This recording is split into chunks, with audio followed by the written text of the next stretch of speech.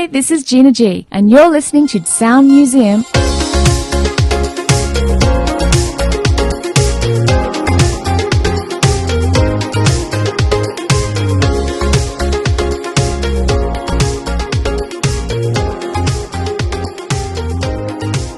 Hey, this is Leo, and a big welcome back to the Sound Museum, the music podcast that explores that personal connection we all have with the music that we listen to.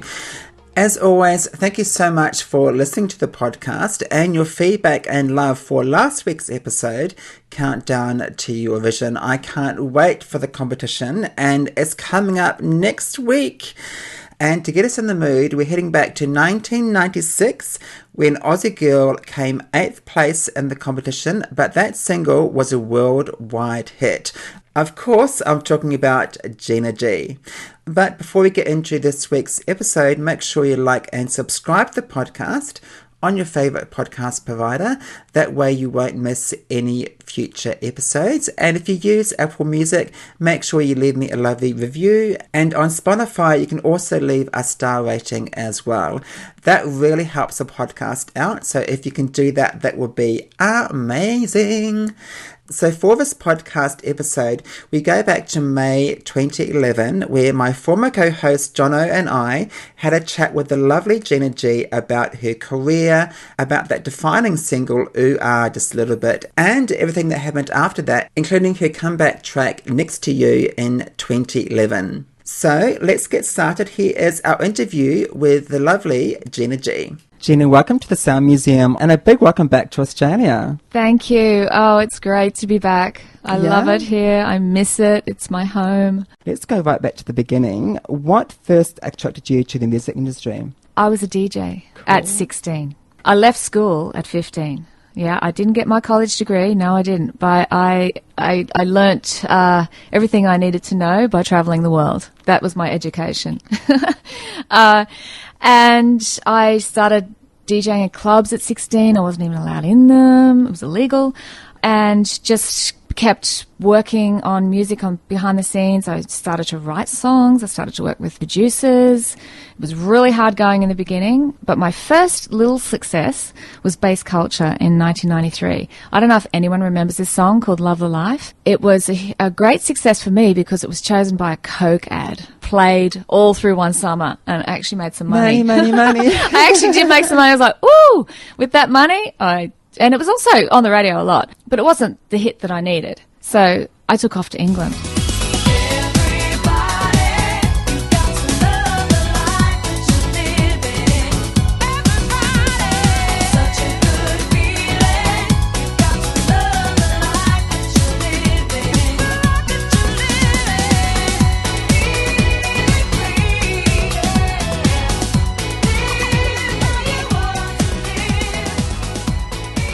That's right. In 1994, you moved to the UK with demo in hand and started shopping around for a record deal. You eventually signed with Warner. What were your first thoughts when they suggested you enter Eurovision? I said, what's Eurovision? I said, well, they sort of talked me into it, and I ended up saying, look, whatever is going to launch this record, I believe it would have been a hit regardless. I mean, it was a hit in America, and they don't even know what Eurovision is. So I don't regret doing it at all. It was a fantastic launching pad. The exposure through Europe was phenomenal. So it maybe would not have reached the level of hits worldwide. Global proportions. Yeah. Thank you very much for giving me the words. Who knows? But I'm glad I did it. So Ooh Ah was a huge hit all over the world. Number 1 in the UK, number 12 in the States, and number 6 here in Australia. My goodness, was it all champagne and limousines? For a while. Yeah. Yeah, not anymore. No, I'm just kidding.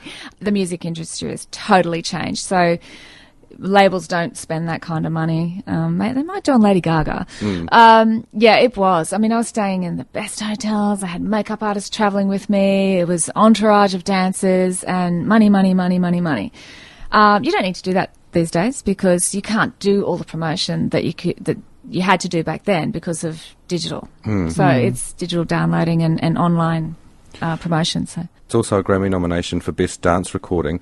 Did the sudden success in the US and other countries take you by surprise?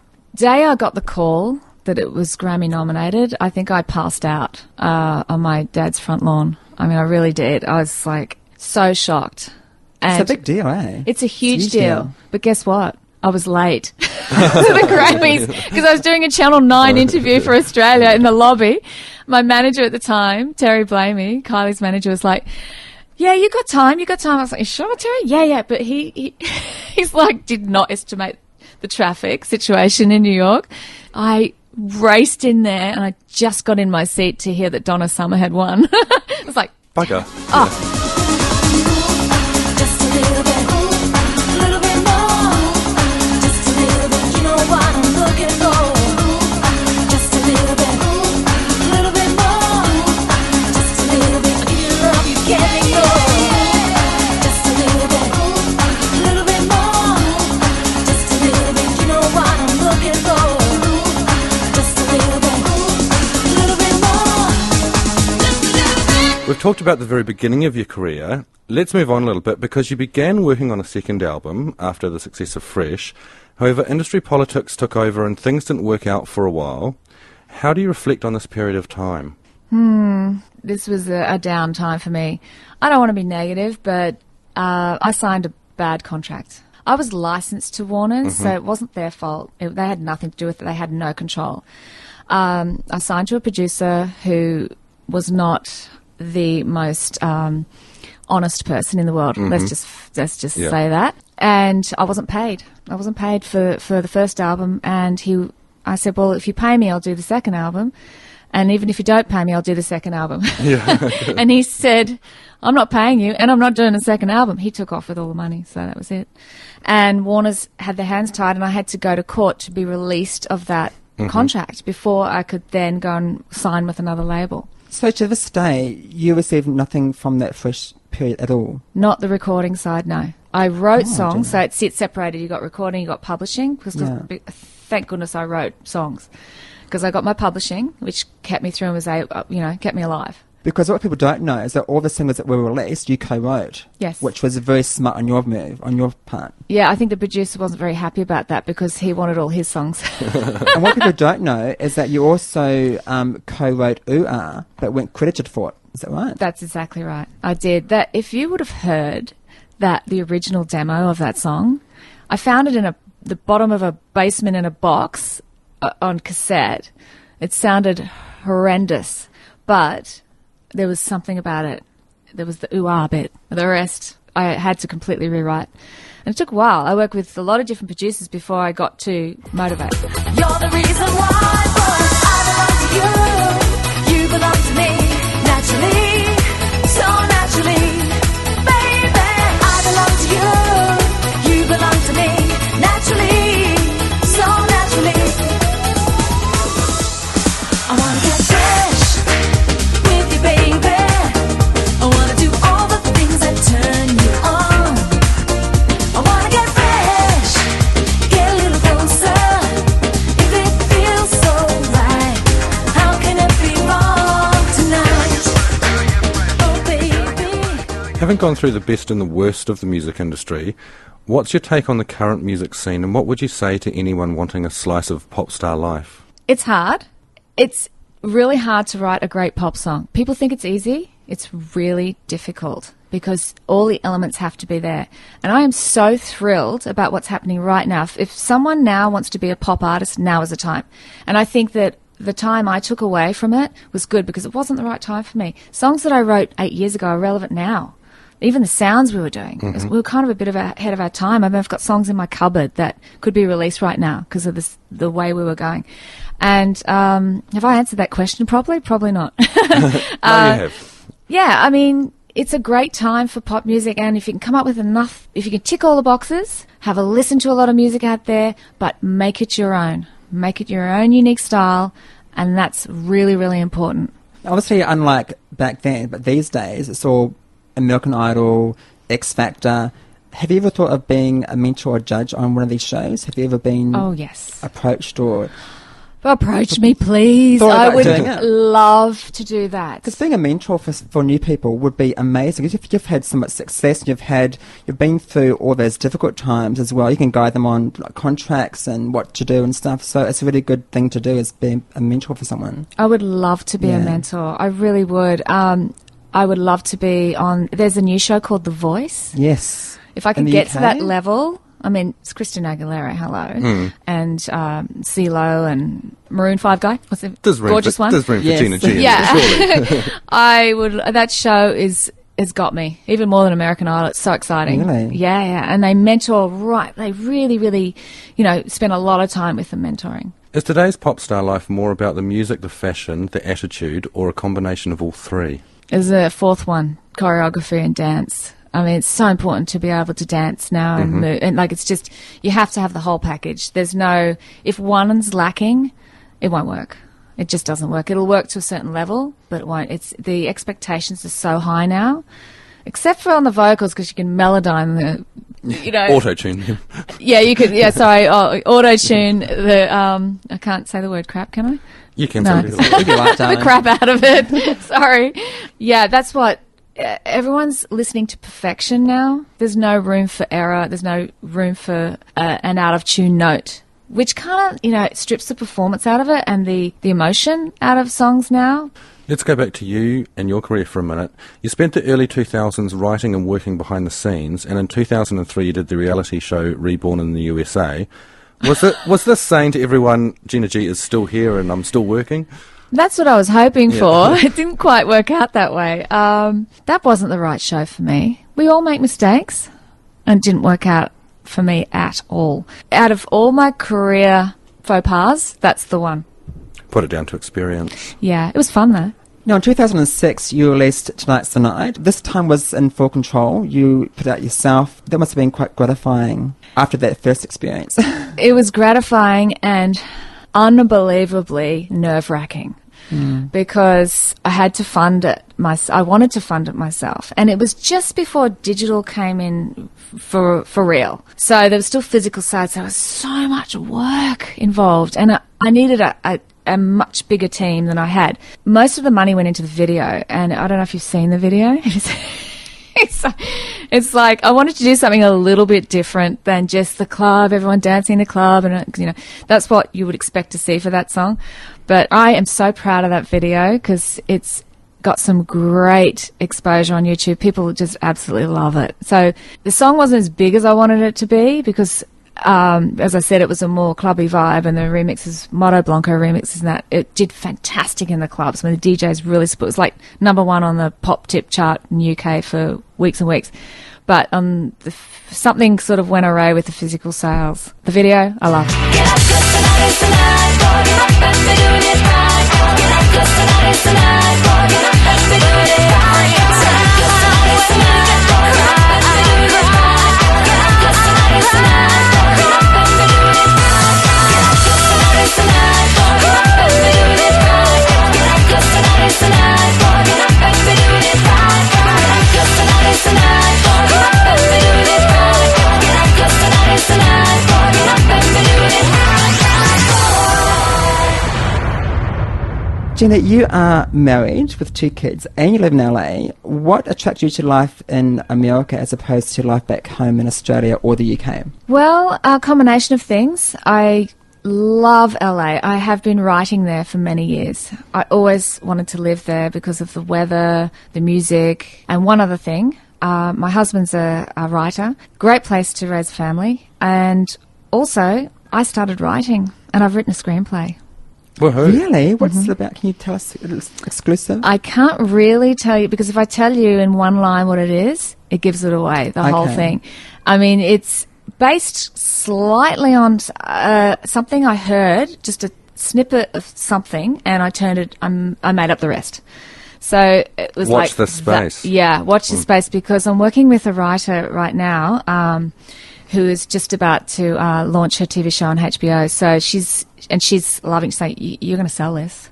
Wow. So Yeah. good vibes for it? It's Good- really good vibes for it. Wow, God. Yeah, and I'm so, if it sells, I'm going to call you up and tell you the title, and you're just going to go, oh, I know what it's about.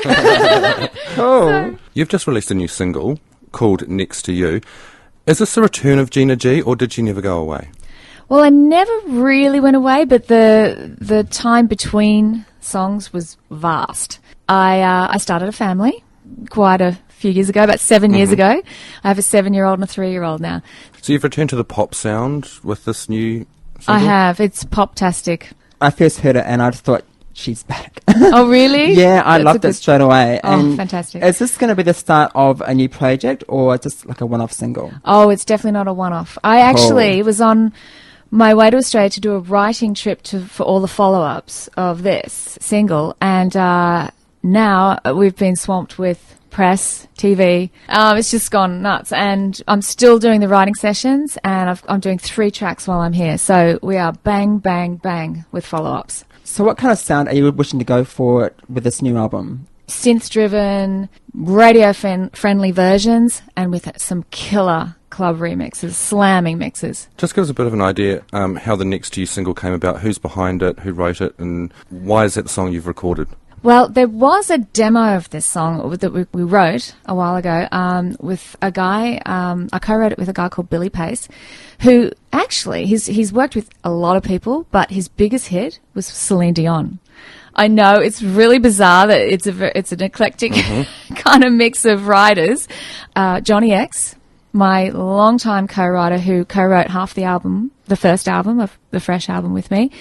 And Dwayne Morrison, producer of Don't Call Me Baby, and a mixture of all of us came up with this.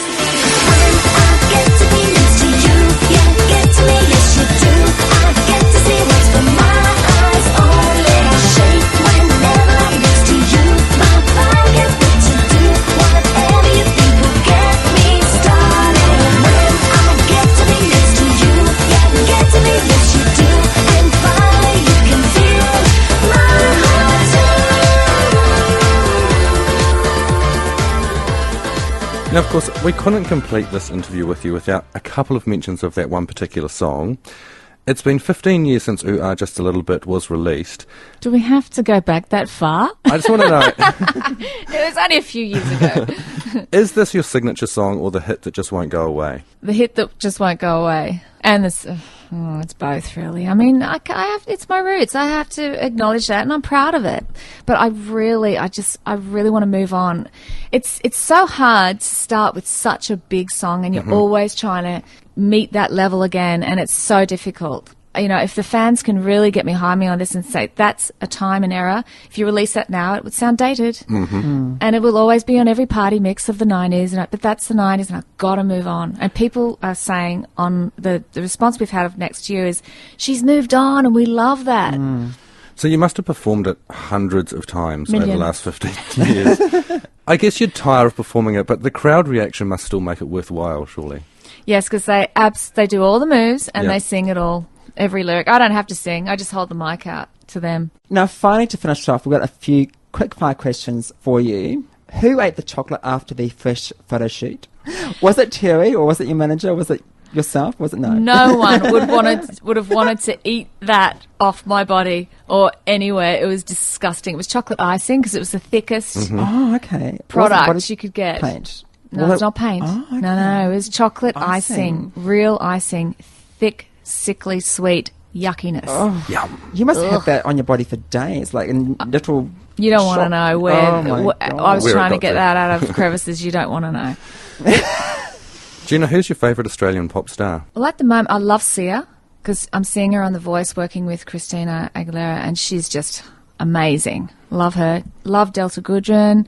I love Kylie. I love Danny. Or not want to? That's a yes or no question. I have to listen to her every single day on the way to school and on the way home. Yeah. My son is addicted to her. He's 7 years old and begged me to go to her concert. And I went, are you kidding? It's X-rated. You're not going. So, yeah, I don't have to buy it. I'm swamped with it. So he's only 7, so is he showing signs of maybe going into the industry, or what's his little personality like? His personality is song and dance. Really? He is I'm going back for a school performance on the 15th of June. Him and my little girl are up there on stage. He is Michael Jackson. Really? He is amazing on stage. And he's got the think back row. You see eyes and you see he's got it. I'm like, wow. Everybody after the show at the school's like, Dylan. Fantastic. Like mummy, like son. If you weren't a pop star, what would you be doing? Writing screenplays. Yeah. Yeah, I love it. I absolutely love it. Physical CDs or downloads? Downloads. Why? Reaching way more people, a lot easier for people. I love it. I do miss the single cover and the whole artwork because I used to study everything. And I miss vinyl. But, hey, I'm moving with the times.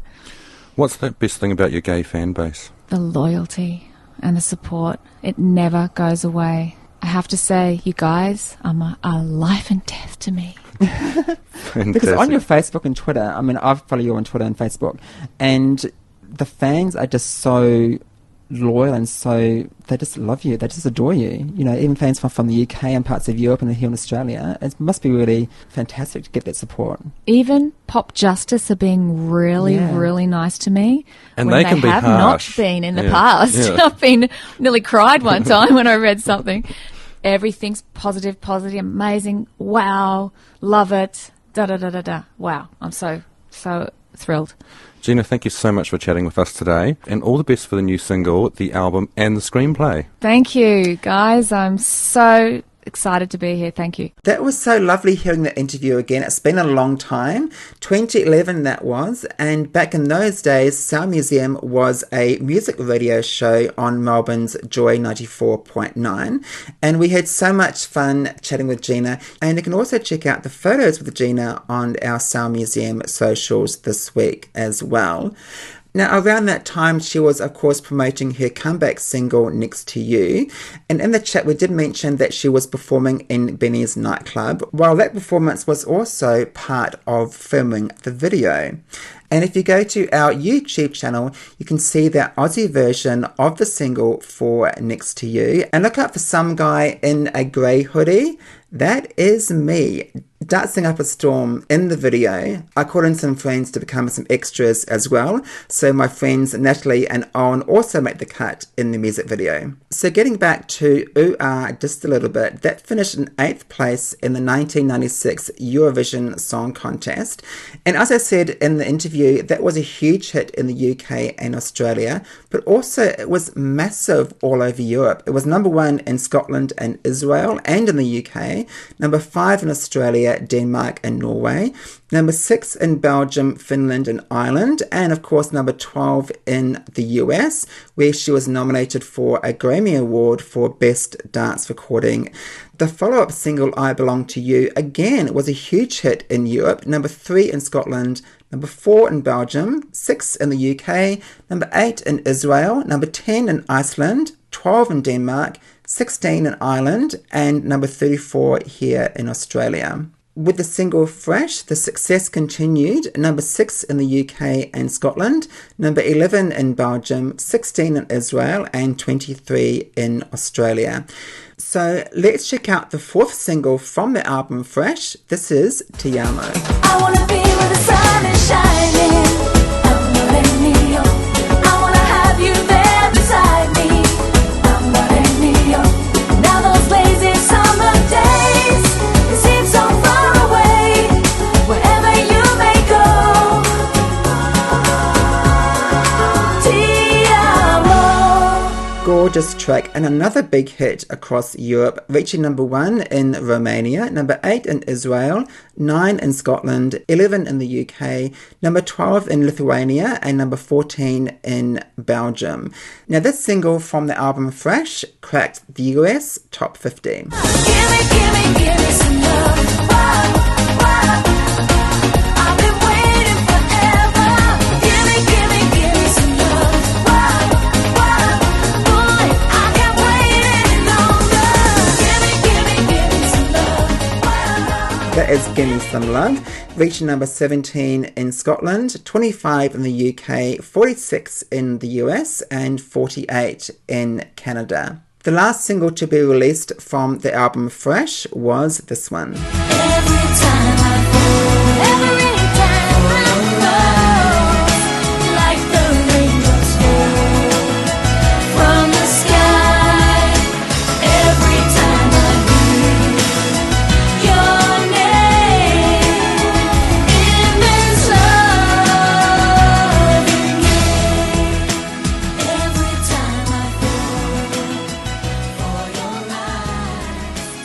That was towards the end of the album campaign, only reaching number 52 in the UK. After major success in the 90s, Gina came back with a bit of a comeback in 2005 with this track, Flashback. Flashback to music, rewind to the good times. Everybody singing, hey, hey, hey. Flashback to music, rewind to the good times. We wanna party singing, hey, hey, hey. Flashback to music, rewind to the good times. That is Flashback from her second album, Get Up and Dance, which was released back in 2005. The album also contained the single Tonight's the Night, which reached number 57 in the UK. Now, earlier in the podcast, we did play the Aussie version of the comeback single from 2011, Next to You, but this is the UK version. When I get to be next to you, you get to me, yes you do. I get to see what's from my eyes only. Shake whenever I'm next to you. My body got what to do. Whatever you think will get me started. When I get to be next to you, you get to me, yes you do. And finally you can feel my heart too. You get me started. You get me started. Featuring UK rapper Vigilante, that is the UK version of Next to You, and just personally, I much prefer the Aussie version. That UK version is available on streaming services, but sadly not the Australian version. A further single was actually planned for 2012 called Set the Night on Fire, but sadly that remains unreleased. And that was the last time we sadly heard from Gina. Unfortunately, Next to You wasn't the comeback that she was hoping for. But we have all the amazing music from the 90s, which you can check out on your favourite streaming service.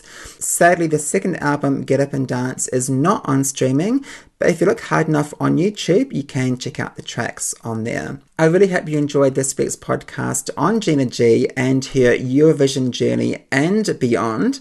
Now make sure you join me for next week's episode, because we're going back to 2015 when this song not only won Eurovision, but it was a huge hit all over Europe. We are the heroes of our time.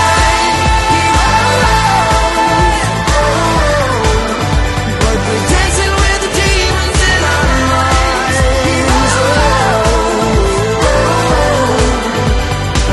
We are the heroes of our time.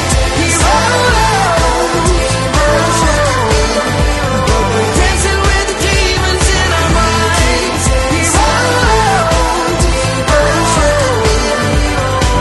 We are the heroes. That is, of course, Heroes by the lovely Mons Zimmerlov. You can check out next week's episode where I have a chat with the man himself. So finally, make sure you follow the podcast on social media. Just search for Sound Museum AU on Facebook, Twitter, Instagram and TikTok. Love hearing your feedback, love hearing your comments, so keep them coming, and it's a great way to connect with me on my socials. Until next time, you have a great week, take care, and I will see you really soon.